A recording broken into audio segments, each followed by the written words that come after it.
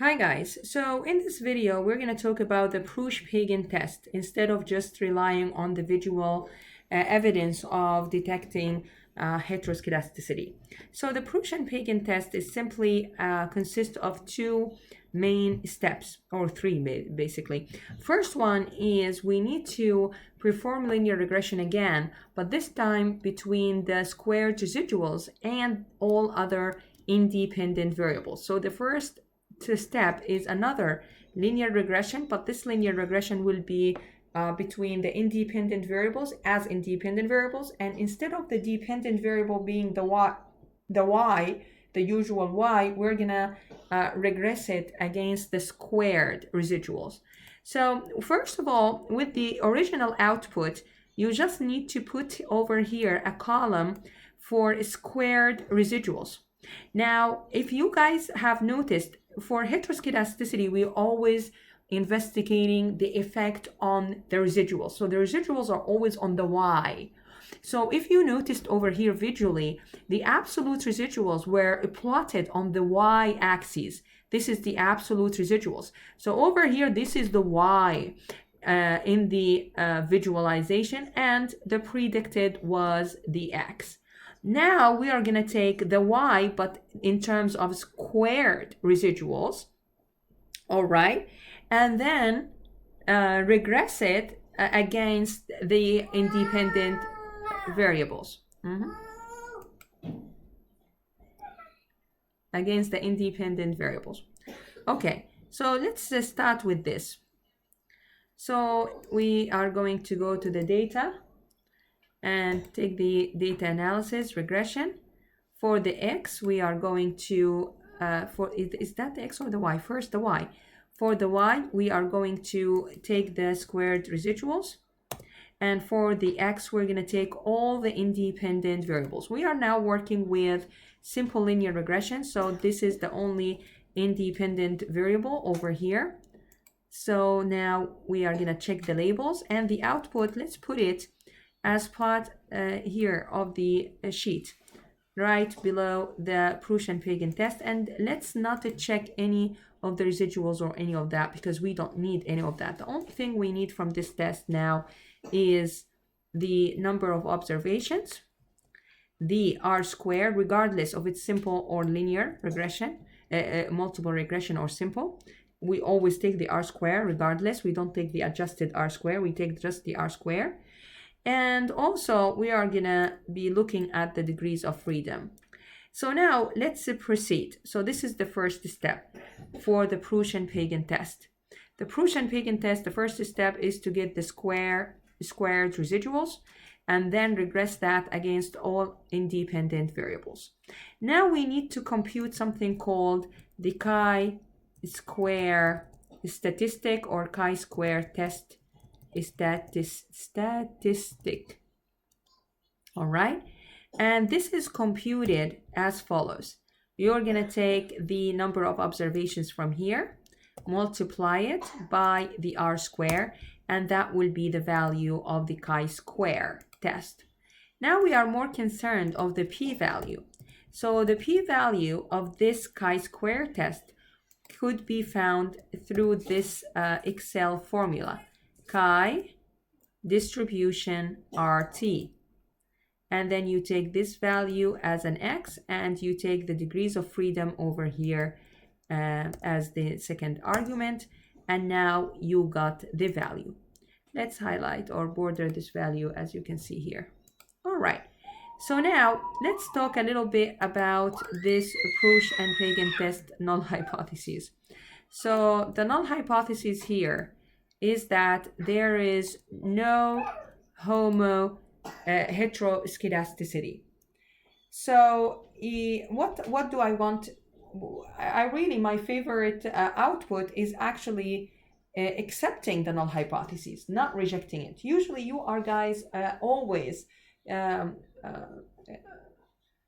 accustomed to the idea, oh great, the p-value is less than 0.05, then I reject the null hypothesis, I'm fine.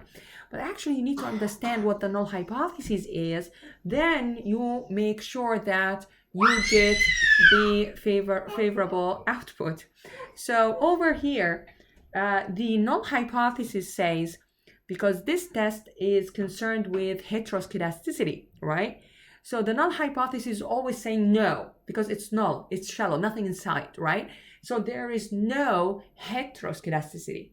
Hetero is something that we hate. So if I reject it, it's going to be, there is the something I hate. But if I fail to reject it, this means I will accept the idea that there is no hate. There is no hetero. There is homo. I am fine. Then I can validate. Why do we do all these tests again?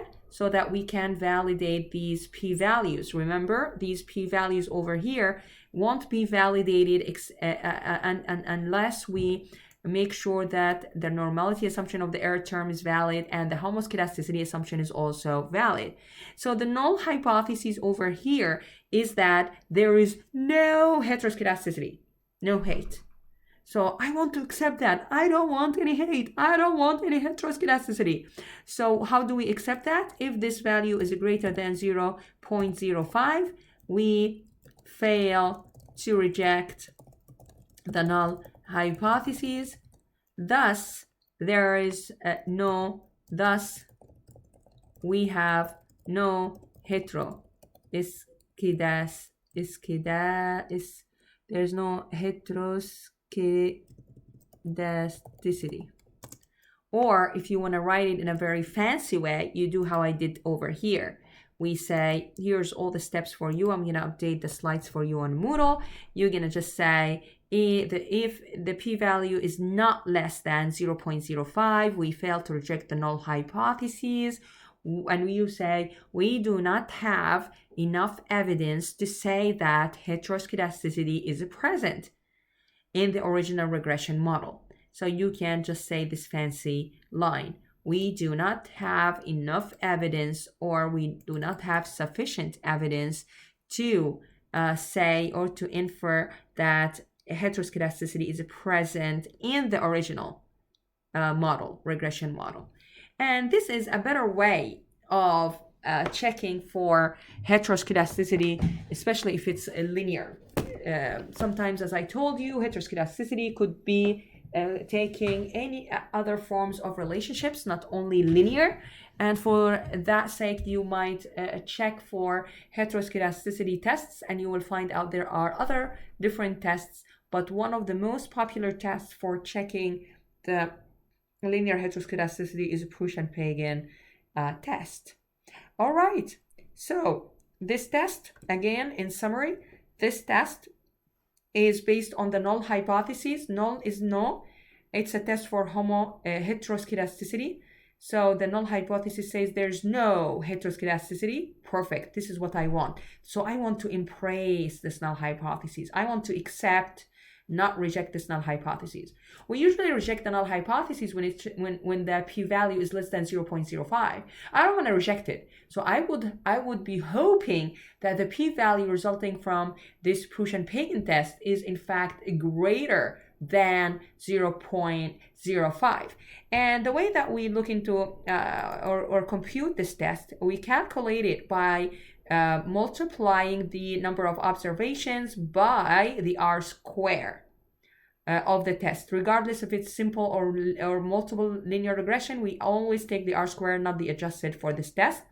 And then the p-value is found through the chi-square RT function on Excel, and this is it. If it is greater than 0.05, bingo, there is really no heteroscedasticity. We accept, we embrace the null hypothesis.